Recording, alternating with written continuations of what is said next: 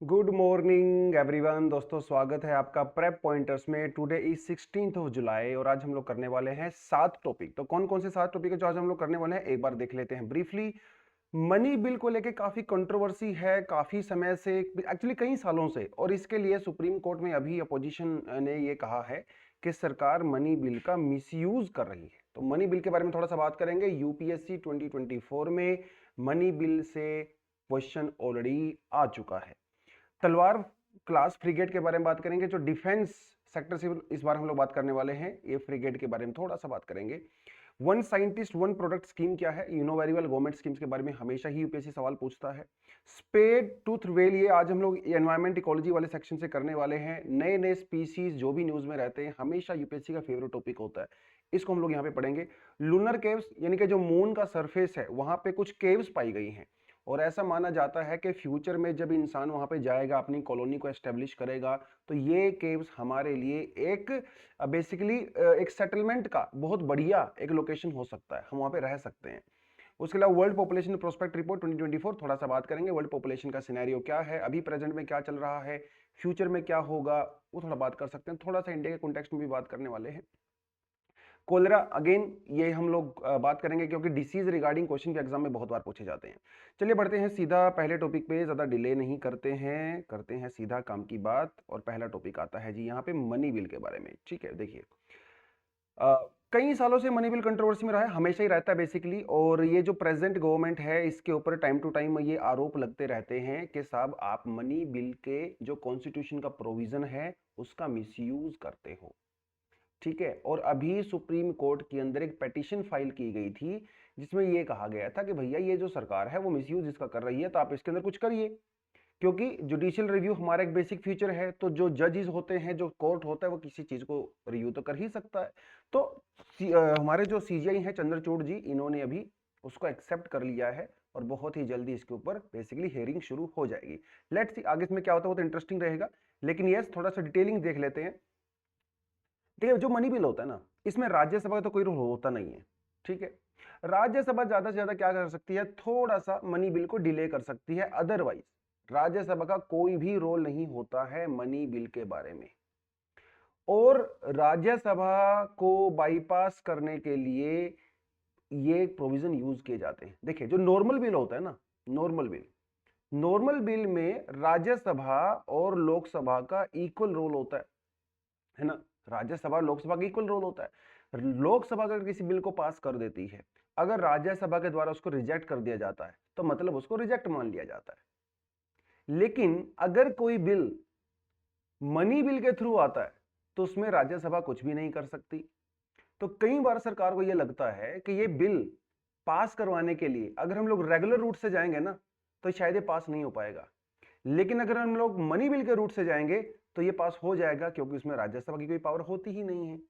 तो ये आरोप लगाया गया है सरकार के ऊपर कि साहब ये जो प्रेजेंट गवर्नमेंट है वो ऐसा यहां पे कर रही है।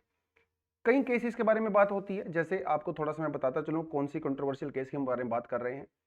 जो पीएमएलए है, आजकल आपको अच्छे से पता है कि भैया ईडी पीएमएलए, देखिए पीएमएलए हमारे पास जो होता है ना, prevention of money laundering bill जो एक्ट हमारे पास है, इसकी इंप्लीमेंटेशन जो एजेंसी होती है ना, ईडी होती है, एनफोर्समेंट डायरेक्टरेट जिसको बोलते हैं।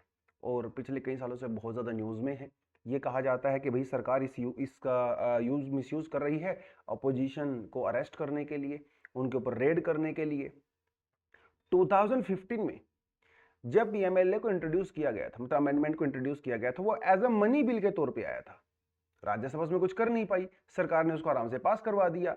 और इसका भी मिसयूज किया जा रहा है सरकार के द्वारा, ऐसा अपोजिशन कहता है। राइट, 2017 में एक मनी बिल के तौर पे इंट्रोड्यूस हुआ था जिसे फाइनेंस एक्ट कहे हम लोग कह सकते हैं। यहां पे क्या हो रहा था, जो जुडिशियल ट्रिब्यूनल्स होते हैं उनकी जो अपॉइंटमेंट होती है वो सरकार करेगी। इसको भी मनी बिल के थ्रू लेके आए। हालांकि इसमें मनी बिल का कोई खास इंपॉर्टेंट रोल है नहीं, पैसे से जुड़ा हुआ मामला नहीं है ज्यादा, लेकिन फिर भी उस सरकार ने इसको पास करवा दिया। और सबसे बड़ी बात आधार एक्ट की, आधार एक्ट को भी सरकार ने मनी बिल के तौर पे यूज करवा के राज्यसभा को बाईपास किया, और इसके ऊपर आरोप लगते रहते हैं। हालांकि सुप्रीम कोर्ट ने आधार बिल के बारे में यह कहा था कि इसमें कोई दिक्कत नहीं है, सरकार ने जो रूट लिया है वो ठीक ठाक है। क्योंकि देखिए क्या होता है ना, जब एक कॉन्स्टिट्यूशनल मैकेनिज्म जब फिक्स होता है ना, तो कोर्ट भी अवॉइड करता है उसके अंदर इंटरवीन करने के लिए। जब बहुत ज्यादा एक्सट्रीम सिचुएशन हो जाती है, जब कोर्ट को एग्जैक्टली लगता है कि ये कॉन्स्टिट्यूशन की वैल्यूज का बहुत ज्यादा डिटीरियोरेशन हो रहा है, तब कोर्ट इंटरवीन करता है। अदरवाइज वो ऐसा जो प्रोसीजर सेट है वो चलता रहता है। अभी क्या प्रोसीजर सेट है, जो स्पीकर होते हैं, स्पीकर के पास फाइनल अथॉरिटी होती है कि किसी बिल को वो money bill as a money bill accept करें, और उसको एज सच जुडिशियल रिव्यू नहीं किया जाता। वैसे तो जुडिशियल रिव्यू हो ही सकता है, लेकिन एक कन्वेंशन ये चली आ रही है कि स्पीकर अगर किसी बिल को मनी बिल बोल देते हैं तो फाइनल डिसीजन माना जाता है। ये कॉन्स्टिट्यूशन का एक सेटअप है। तो कोर्ट इसके अंदर ज्यादा इंटरवीन करता नहीं है, चाहे वो जुडिशियल रिव्यू कर सकता है, लेकिन फिर भी कोर्ट को ऐसा लगता है कि लेजिस्लेशन का मामला है, हम इसके अंदर ज्यादा दखलंदाजी नहीं करेंगे। एक्सट्रीम केस में हो सकता है। तो मनी बिल हमारा जो आर्टिकल 110A to G है, ये ऐसे प्रोविजंस के बारे में बात करता है जो मनी बिल के अंदर इंट्रोड्यूस होते हैं, राइट। ये इस बार जो सवाल आया था एग्जाम में वो अंडर आर्टिकल 110 के बारे में नहीं आया था, 109 के बारे में आया था। बहुत सारे स्टूडेंट यहां से इसको गलत करके आए हैं, क्योंकि 109 भी मनी बिल के स्पेशल प्रोसीजर के बारे में बात करता है, लेकिन 110 एक्सक्लूसिवली वो कंडीशंस बताता है जिनको फुलफिल करने के बाद किसी बिल को मनी बिल डिक्लेयर किया जा सकता है, जैसे taxation, borrowing, consolidated fund of India, appropriation of money, ये सब इसके अंदर में आता है। ये चीज आप लक्ष्मीकांत से जाके पढ़ें डिटेल में कि कौन कौन से वो प्रोविजंस हैं। मैकेनिज्म क्या है, क्योंकि पैसे का मामला है तो इसमें अपोजिशन का तो कोई खास रोल होता नहीं है, सरकार का मामला होता है, सरकार मतलब लोकसभा, तो यहाँ पे सारी की सारी पावर लोकसभा के पास होती है। मनी बिल को सिर्फ और सिर्फ लोकसभा में इंट्रोड्यूस किया जा सकता है। तो राज्यसभा का इसमें कोई रोल जीरो होता है? जीरो तो नहीं होता है, लेकिन राज्यसभा बेसिकली उसके अंदर कुछ अमेंडमेंट्स को इंट्रोड्यूस कर सकती है, कुछ सजेशन दे सकती है कि मनी बिल के अंदर ये इंट्रोड्यूस कर लो, रिजेक्ट भी कर सकती है, लेकिन कोई फर्क नहीं पड़ता। लोकसभा के अंदर इंट्रोड्यूस होता है, लोकसभा उसको पास करती है, राज्यसभा में जाता है, राज्यसभा के पास दो ऑप्शन होते हैं, या तो उसको रिजेक्ट करे या उसके अंदर कुछ चेंजेस को रिकमेंडेशन करे। अगर राज्यसभा रिजेक्ट कर देती है कोई फर्क नहीं पड़ता, वो बिल तब भी पास मान लिया जाएगा। अगर रिकमेंडेशन करती है, देखो अगर वो रिकमेंडेशन सरकार एक्सेप्ट कर लेती है तो भी कोई दिक्कत नहीं, अगर रिकमेंडेशन रिजेक्ट कर देती है तो भी कोई दिक्कत नहीं है। तो राज्यसभा का इसमें कोई खास रोल होता नहीं है। आप मुझे कमेंट सेक्शन में ये बताएं, अगर आपने लक्ष्मीकांत पढ़ा है, राज्यसभा कितने दिन के लिए डिले कर सकती है at the max money bill को? प्रेसिडेंट, देखिए मनी बिल प्रेसिडेंट की परमिशन से ही इंट्रोड्यूस किया जाता है। तो एक बार जब मनी बिल पास हो जाता है, you know very well, president के सिग्नेचर होना तो बहुत जरूरी होता है। तो प्रेसिडेंट उसको एक्सेप्ट कर सकते हैं या फिर रिजेक्ट कर सकते हैं, लेकिन प्रेसिडेंट उसको वापस रिकंसिडरेशन के लिए भेज नहीं सकते। अदरवाइज नॉर्मल बिल में क्या होता है, प्रेसिडेंट उसको वापस भेज सकते हैं, यहां पे नहीं भेज सकते, क्योंकि इसको इंट्रोड्यूस ही प्रेसिडेंट की परमिशन से किया गया है, तो वापस भेजने का कोई सवाल ही पैदा नहीं होता है। लोकसभा में क्योंकि यहाँ पे सिर्फ पावर लोकसभा की होती है, तो इसलिए यहाँ पे जॉइंट सीटिंग का भी कोई प्रोविजन नहीं होता। देखिए जॉइंट सीटिंग का तो प्रोविजन तब होता है ना जब लोकसभा में कोई चीज पास हो जाए या राज्यसभा में ना हो पाए, दोनों मतलब, या फिर राज्यसभा में पास हो जाए लोकसभा में ना हो पाए, तब जॉइंट सीटिंग का प्रोविजन होता है। लेकिन यहाँ पे तो जॉइंट सीटिंग का रोल ही नहीं है, क्योंकि राज्यसभा का यहाँ पे कोई पावर ही नहीं है उसके पास। स्पीकर का जो है वो डिसीजन जो है फाइनल होता है, लेकिन यस इसको रिव्यू किया जा सकता है, लेकिन कोर्ट एज सच करता नहीं है, क्योंकि ये हाउस का मामला होता है। तो ये एक लेजिस्लेचर पार्लियामेंट का मामला है, कोर्ट इसमें ज्यादा इंटरवीन करता नहीं है। लेकिन अब केस फाइल किया गया है तो शायद कोर्ट ऐसा कर भी सकता है, वो तो देखने वाली बात रहेगी। क्योंकि हमारे यहाँ पे separation of power, separation of function की हम लोग बात करते हैं, है ना। तो जुडिशरी, लेजिस्लेचर, एग्जीक्यूटिव अपना अपना काम करते हैं। डिफेंस सेक्टर से जो टॉपिक आते हैं बहुत ज्यादा डिटेल में आपको जाने की रिक्वायरमेंट नहीं होती है, यहाँ से क्वेश्चंस पूरी तरह से फैक्ट बेस्ड आते हैं। सिंपली आपको नाम देगा, कीवर्ड देगा, बताएगा, बोलो भैया ये क्या है, कौन सी कंट्री के साथ हम लोग ये एक्सरसाइज कर रहे हैं, या ये फिर जो पर्टिकुलर इंस्ट्रूमेंट है कहां से लिया है, समथिंग लाइक दैट, वैसे सवाल आते हैं। तलवार क्लास फ्रिगेट, देखिए फ्रिगेट का मतलब एक तरह से आप समझ लीजिए एक डिफेंस, एक नेवल वॉरशिप होता है, बेसिकली वॉरशिप, ठीक है, एक वॉरशिप होता है फ्रिगेट, तो जो नेवी के द्वारा यूज किया जाता है। हमारे पास एक तलवार क्लास के अंदर फ्रिगेट होती है। तलवार क्लास का मतलब ये है कि ये ऐसे वॉरशिप होते हैं जिनके अंदर बहुत ही एडवांस टेक्नोलॉजी होती है, जिसे स्टेल्थ टेक्नोलॉजी कहते हैं।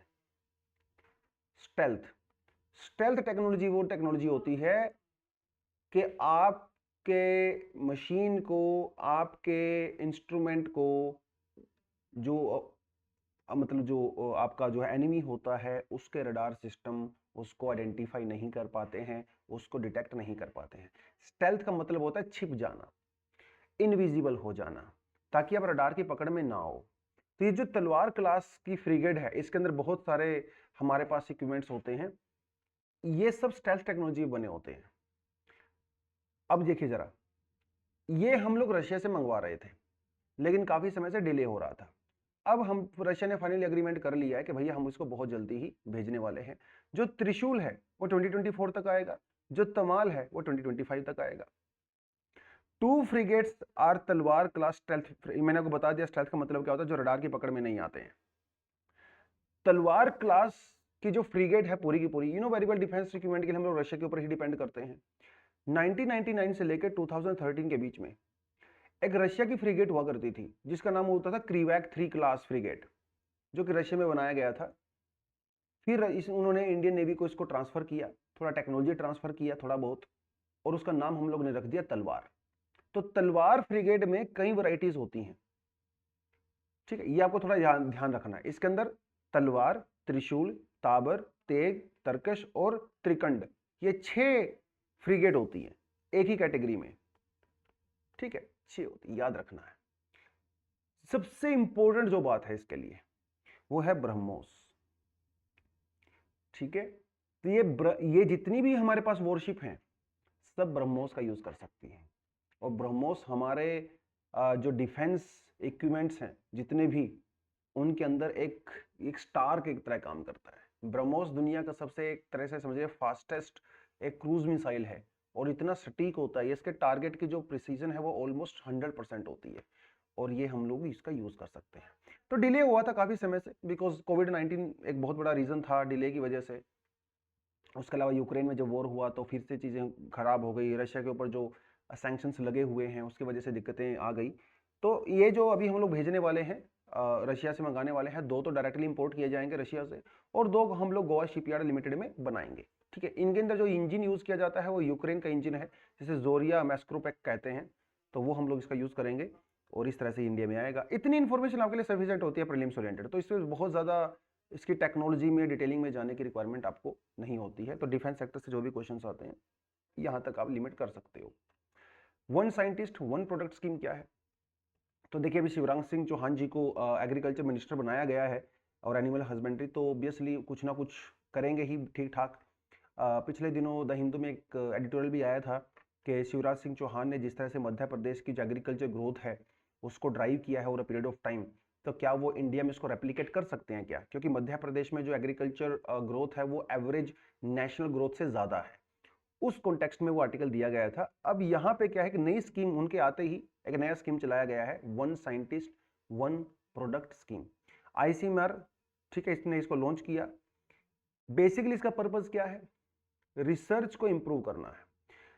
देखिए एग्रीकल्चर सेक्टर में एक बहुत बड़ी जो चीज होती है वो होती है कि जो वैरायटी हम लोग कैसे यूज करते हैं, जो सीड्स हम लोग यूज करते हैं वो कैसे यूज करते हैं। क्या ट्रेडिशनल यूज करते हैं सीड्स जो ट्रेडिशनली हम लोग यूज करते आ रहे हैं, या फिर जेनेटिकली मॉडिफाइड करते हैं, या फिर बेटर वर्जन करते हैं। और ये सब कैसे होता है? रिसर्च से होता है। जब हम लोगों ने ग्रीन रेवोल्यूशन इंडिया में इंट्रोड्यूस किया था तो हम लोगों ने हाई वैरायटी जो यील्ड्स हैं उनका यूज किया था। मतलब जो ट्रेडिशनल वैरायटीज होती हैं उनके अंदर प्रोडक्शन कम आता है, लेकिन इनके अंदर प्रोडक्शन बहुत ज्यादा आता है, तो वो सब रिसर्च से तो होगा। तो अभी हम लोगों ने क्या डिसाइड किया है, आईसीएमआर ने ये कहा है कि हम लोग 323 वैरायटीज को रिलीज करेंगे ऑफ 56 क्रॉप्स। ठीक है, जैसे जैसे मोबाइल की टेक्नोलॉजी अपग्रेड की जाती है ना मोबाइल टेक्नोलॉजी सेक्टर में, वैसे ही हमारे फसलों के अंदर एग्रीकल्चर में भी सीड्स की वैरायटी को अपग्रेड किया जाता है, ताकि समय के साथ वो और बेटर होती चली जाए, क्लाइमेट चेंज से अपने आप को प्रोटेक्ट कर सकें, डिजास्टर से अपने आप को प्रोटेक्ट कर सकें, ज़्यादा प्रोडक्शन भी दे सकें, कम समय में ग्रो हो, तो धीरे धीरे वो अपग्रेडेशन भी ज़रूरी होती है। तो 56 क्रॉप्स हम लोगों ने यहाँ पे आइडेंटिफाई की हैं, जिसमें cereals, oil seed, forage crop, sugar cane वगैरह वो सब आता है। ये 323 में से 29 क्रॉप्स ऐसी होंगी जिनका फोकस होगा क्लाइमेट, और 27 ऐसी होंगी जिनका फोकस होगा बायो फर्टिलाइजेशन। बायो फर्टिलाइजेशन क्या होता है, शॉर्ट में आपको बता देता हूं। जो अभी हम लोग राइस यूज करते हैं या वीट यूज करते हैं, ये बहुत ज्यादा न्यूट्रिशियस नहीं है, ठीक है, इनके अंदर कार्ब वगैरह ठीक ठाक आपको मिल जाता है, फाइबर ठीक ठाक मिल जाता है, लेकिन जो माइक्रो न्यूट्रिएंट्स हैं जैसे जिंक है, आयरन है, वो सब इनके अंदर बहुत कम है। तो बायो फर्टिलाइजेशन में हम लोग क्या करते हैं, बेसिकली जेनेटिक इंजीनियरिंग का यूज करके, जीनोम एडिटिंग का यूज करके इनके अंदर वो जो माइक्रो न्यूट्रिएंट्स होते हैं वो इंक्रीज कर देते हैं। तो जब ये ग्रो होते हैं, इनके अंदर नेचुरली आयरन ज्यादा होता है, नेचुरली इनके अंदर जिंक ज्यादा होता है, नेचुरली इनके अंदर राइस ज्यादा होता है। देखिए हमारे कंट्री में राइस एक स्टेपल फूड है, मोस्टली इंडिया राइस कंज्यूम करता है, लेकिन राइस के अंदर प्रोटीन तो बहुत कम होता है, ना के बराबर होता है। तो हम लोग बायो फोर्टिफिकेशन का यूज करके राइस के अंदर जिंक, आयरन और थोड़ा प्रोटीन कंटेंट को इंक्रीज कर सकते हैं। तो इंडिया में जब हम लोग माल न्यूट्रिशन की बात करते हैं, जब हम लोग इंडिया में हंगर की बात करते हैं, राइट, तो यहां से उसको दूर किया जा सकता है। तो 27 क्रॉप्स ऐसी होंगी जिनका फोकस होगा बायो फोर्टिफिकेशन। अब वन साइंटिस्ट वन प्रोडक्ट, तो क्या कर रहे हैं लोग कि मोर देन 500 साइंटिस्ट को आइडेंटिफाई किया गया, या ग्रुप्स ऑफ साइंटिस्ट को, जिनमें एक दो लोग होंगे, उनको आइडेंटिफाई किया गया, और हर किसी को एक स्पेशल प्रोडक्ट, एक स्पेशल टेक्नोलॉजी या स्पेशल कॉन्सेप्ट के ऊपर उनको काम दिया गया कि भैया आप इसके ऊपर फोकस करें, आप हमें ये बताएं साल की शुरुआत में कि आप इस प्रोडक्ट के ऊपर काम करोगे। तो हर 3 महीने बाद, हर 6 महीने बाद आपका रिव्यू किया जाएगा कि आपने जो भी काम लिया था उसके अंदर कितना आपने इंप्रूव किया है। तो अगले 5 साल के लिए स्कीम रहेगी, और हमारे साइंटिस्ट लोगों को पैसा वैसा दिया जाएगा, लेबोरेटरीज की एक्सेस दी जाएगी, और उनको काम दिया गया है। लेट्स सी वो अच्छा काम करते हैं।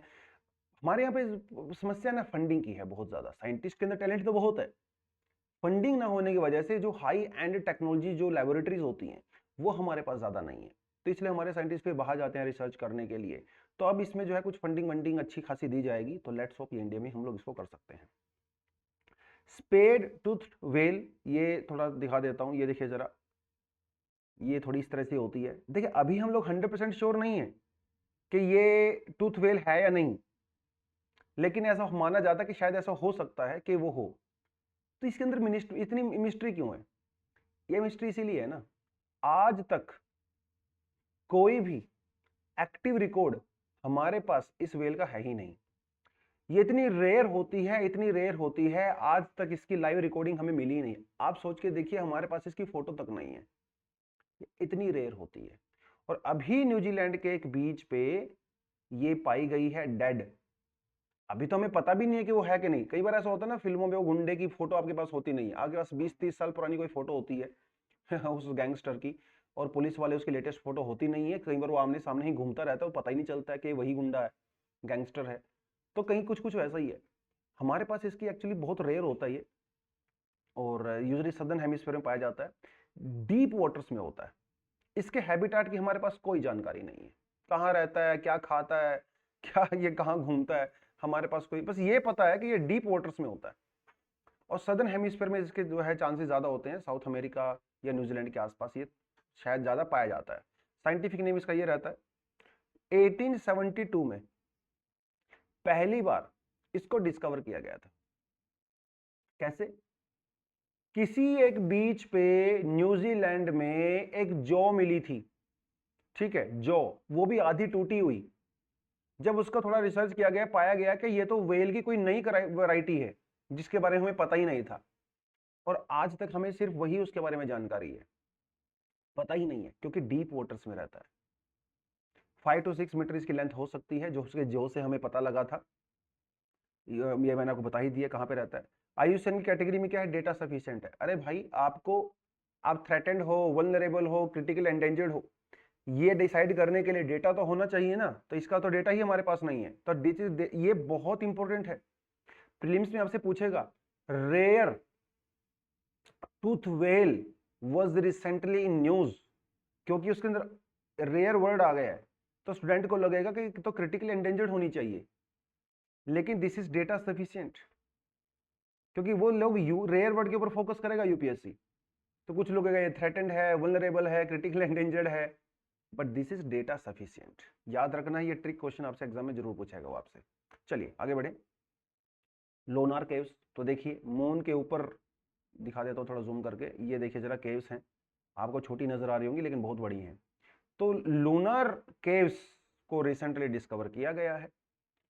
यानी कि मून के सरफेस पे कुछ बड़ी बड़ी केव्स मिली हैं, अंडरग्राउंड केव्स हैं, और फ्यूचर में जब इंसान वहाँ जाएगा रहने के लिए, छुट्टियाँ मनाने के लिए, तो यहाँ पे हम लोग आराम से रह सकते हैं, क्योंकि मून के सरफेस के ऊपर टेम्परेचर एक्सट्रीमली लो और एक्सट्रीमली हाई हो सकता है।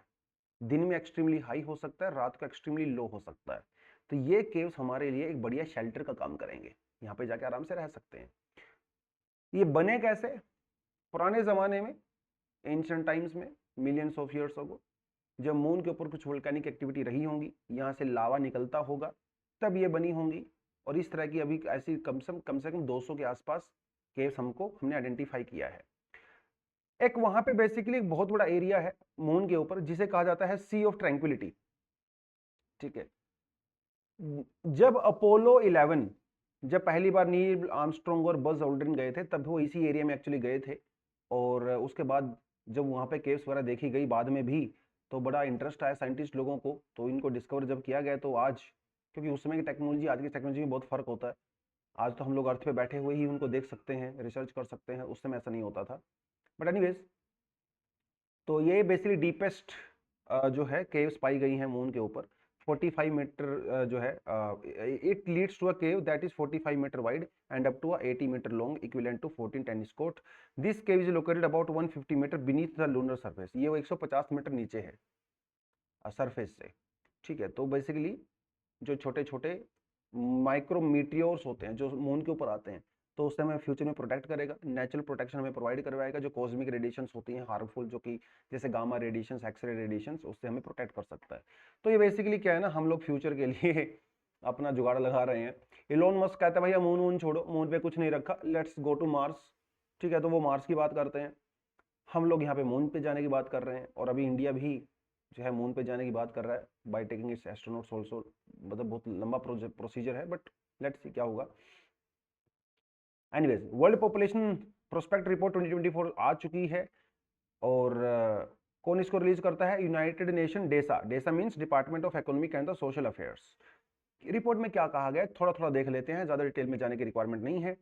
रिपोर्ट में कहा गया कि भैया वर्ल्ड की पॉपुलेशन नेक्स्ट 50-60 ईयर्स के लिए इंक्रीज करेगी, अभी रुकने का नाम नहीं ले रही है। 2024 में पॉपुलेशन इज 8.2 बिलियन। 2080 तक इट वुड बी 10.3 बिलियन।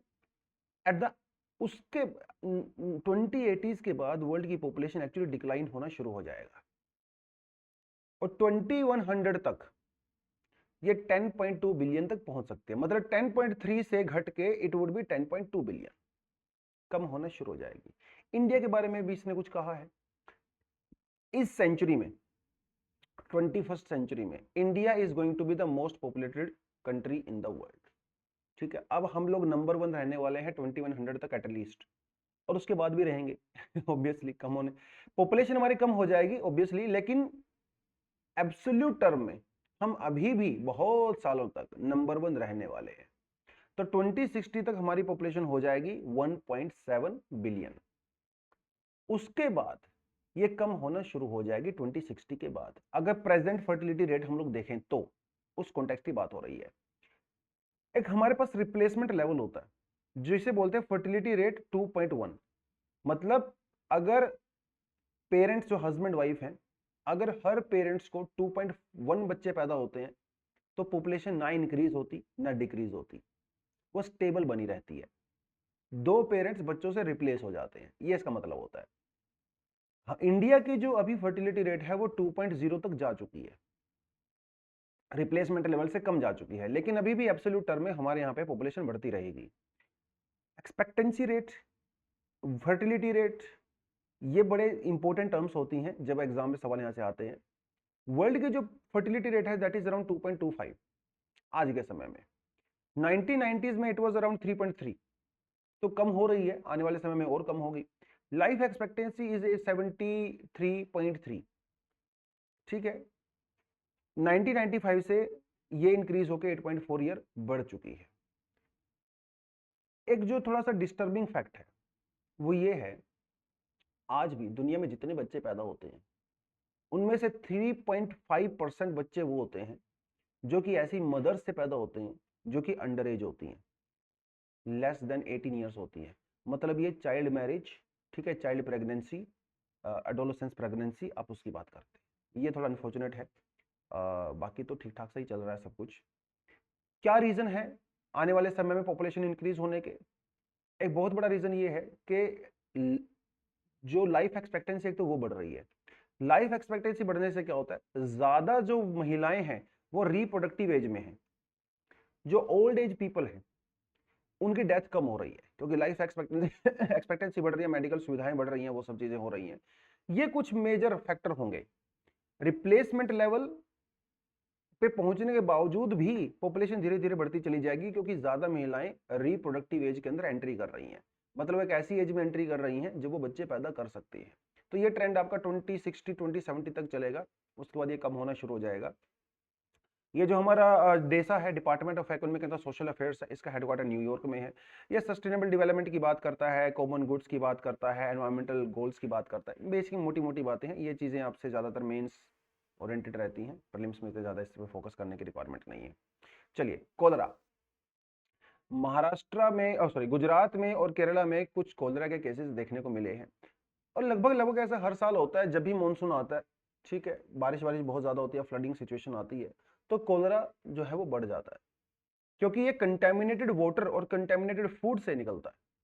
तो एक बैक्टीरिया होता है जिसे बोलते हैं विब्रियो कोलेरा, नाम ही है इसका, इससे यह जाता है। ये एक एक्यूट डायरिया इन्फेक्शन है, मतलब ये इतना फास्ट होता है, अगर कोलेरा हो जाए ना, बहुत फास्ट ग्रो करता है, इवन आपकी बॉडी में भी इतना जल्दी काम करता है ये, बहुत जल्दी डेथ भी हो जाती है। हालांकि शुरुआत में इसके सिम्टम्स नजर नहीं आते हैं, ठीक है, और इवन आपको सिम्टम्स नहीं भी हैं तब भी आपके जो फीका होता है, ठीक है, उसके थ्रू ये वाटर बॉडीज में, सोयल में एंट्री कर जाता है, और वहां से किसी दूसरे आदमी को इन्फेक्ट कर सकता है, दूसरे को इन्फेक्ट कर सकता है। और एक बार अगर ये हो जाता है, सिम्टम्स इसके आने लगते हैं, तो बहुत ज्यादा डायरिया, आपकी बॉडी का पानी एकदम से खत्म हो जाता है, डिहाइड्रेशन बहुत ज्यादा होता है, बार बार वोमिटिंग होती है, और बहुत जल्दी 1-2 दिन के अंदर, कुछ घंटों में भी कुछ लोगों की डेथ हो जाती है। तो एक्सट्रीम फटीग, आपकी आंखें अंदर चली जाती हैं, चेहरा सूख जाता है, क्योंकि इतना ज्यादा पानी निकल जाता है ना बॉडी से।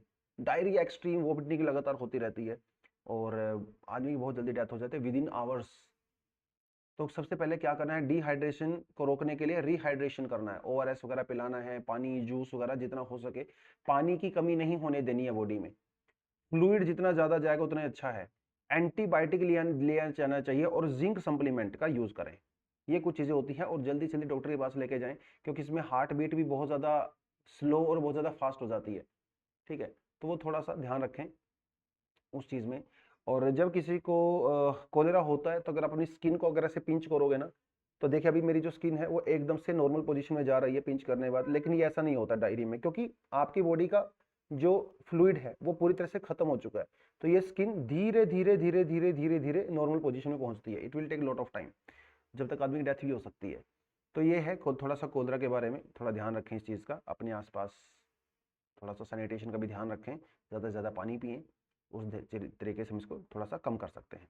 चलिए, तो आज के लिए इतना ही है। प्रीलिम्स ओरिएंटेड टॉपिक्स हमने 7 टॉपिक करने थे, फैक्ट बेस्ड थे, ठीक है, मेमोरी बेस्ड क्वेश्चंस आते हैं एग्जाम में। तो आज इतना ही। Thank you very much, all the best, जय हिंद।